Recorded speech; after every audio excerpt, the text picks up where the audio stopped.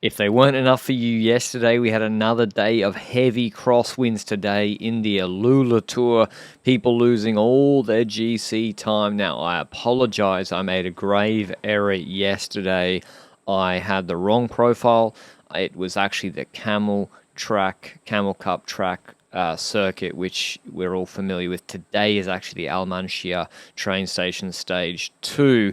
And Jan Christian, how would he fare the race favourite before for GC after his multiple crashes yesterday? He did get that 20-second penalty. Johnny Milan, the heavy favourite. I want you to take note of the tree to the right-hand side of the road. It is moving, which means wind. So with them not changing direction too much, with so much of the course being exposed, at some point, they're going to hit a cross tailwind section. The wind gusts pretty fast today. I think the average wind speed was over 25 kilometers an hour, which is more than enough to split it. And we had lots of GC contenders in the initial split with like 76 k's to go off the back. Jan Christian, though, you see here, in better position, getting involved in the Echelon action compared to yesterday. I think, yeah, the best place when there's crosswinds kicking off is to just be right at the front trying to split it yourself. Simone Consoni there as well.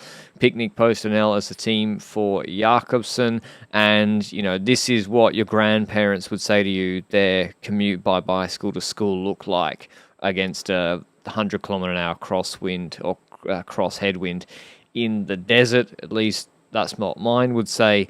And we had Hatherley off the back. Kristen tries to resplit it with UAE, which is a good idea. Consoni's there again for Trek. Arietta is the second UAE rider rolling through, or third UAE rider. So UAE doing a much better job. You see this Bahrain rider going into the gravel. So if you're at the back, people swing off. There's gravel blown onto the road, as you could see there. Not sure if that was Daniel Skirl, but this would all come back together. So Skirl, you know, he's off the back. He's waiting for the next Echelon to catch him. He's got Eulalio, who didn't lose time today, the Portuguese GC contender for Bahrain here. But then there were others like Paul Double, not in shot. Kevin Vermarka lost everything. This is Alan Hatherley, number 31, who was good here in AlUla last year. So not looking good for them right now if they continue in front, particularly for Jayco AlUla, who, as the name suggests, you know, they are one of their co-title sponsors is where this race is from. But they change direction here, go sort of through a highway overpass or entry, and Consoni's saying to the Bahrain rider, go over there, because they're in friendly crosswind mode. They're not trying to resplit it, this group. They're trying to get as much time as possible, ride cohesively, and Consoni wants it to be, you know, as easy as possible on Milan. So they want to go to the other side of the road to give as much shelter to the rest of the group. Now, when you're trying to split it, you might ride on the yellow line where there's just a hard shoulder to make sure that only your teammates in your wheel, 4 or 5 of them, get protection. So you see Kristen was caught out at the back there. It can happen so fast, but then when they change direction, the road's bigger, there's more space.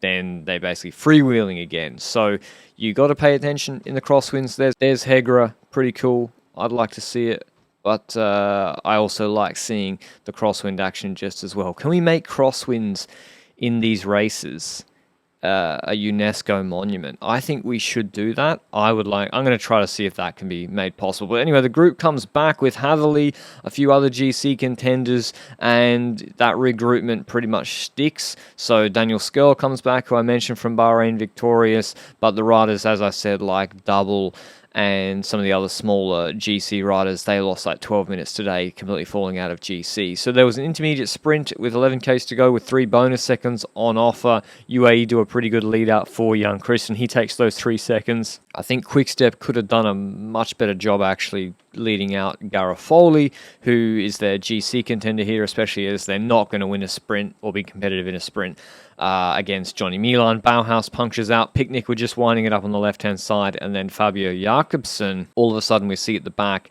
and we think, is he have a puncture like Bauhaus? Have they ridden over some rough gravel? But he had a mechanical in the legs, which is pretty sad to see. He's coming back from a surgery last year. But 2 k's to go. We see Trek lined up with 3 riders. The experienced Edward Turns, then Söderqvist, then Consoni for Johnny Milan. And they were maybe a little bit early, or maybe I think they wanted to get another 150 meters out of Soderfist. There was a few corners that allowed them to sort of, you can extend that lead out, but it says 840 here. But then Soderfist gets Consonni to the next corner and drops him off, but not with that higher speed. And I was looking to see, okay, Bahrain, if Grandad could have brought Skirl up, I was thinking here, Consonni's also thinking, little bit early. He's not going to just launch it and do a high-speed lead-out straight away. And so it was vulnerable. We're talking 2-3 seconds. It would also have meant that there needed to be a very, very good train.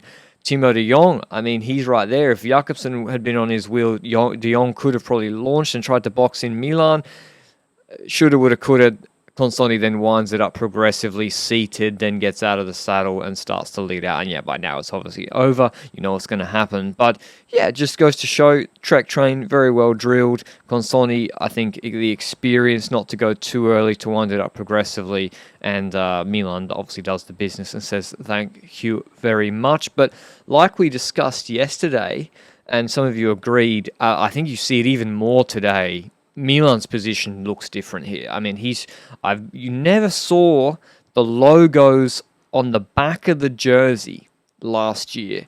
And so his shoulder to hip angle is a lot more closed off. His head is a lot lower in that sprint, even more so than yesterday. And he does the Hulk smash to make it 2 wins out of 2 for his race days this year. Winning the stage ahead of Daniel Skirl, who was going to be leading out Bauhaus. Now, maybe if Bauhaus was there, Skirl could have let him out, or vice versa. It kind of reminds me, Johnny Milan, he used to lead out Dusan Rajovic in these races like 3 years ago when now he's the best sprinter or second best sprinter in the world. GC wise, Milan takes a bit more time, but here's what he had to say after the race. Congratulations to Jonathan Milan. First of all, can you take us through that sprinting masterpiece with 1K to go? You had 4 Little Trek guys leading the way. It was perfect. Yeah, I think it was our dream scenario.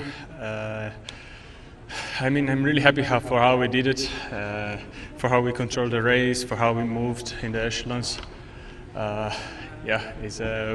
With this team is coming almost everything quite easy, I would say. And in the end, I was a perfect lead out, and then I had just to sprint to do my best. Yeah.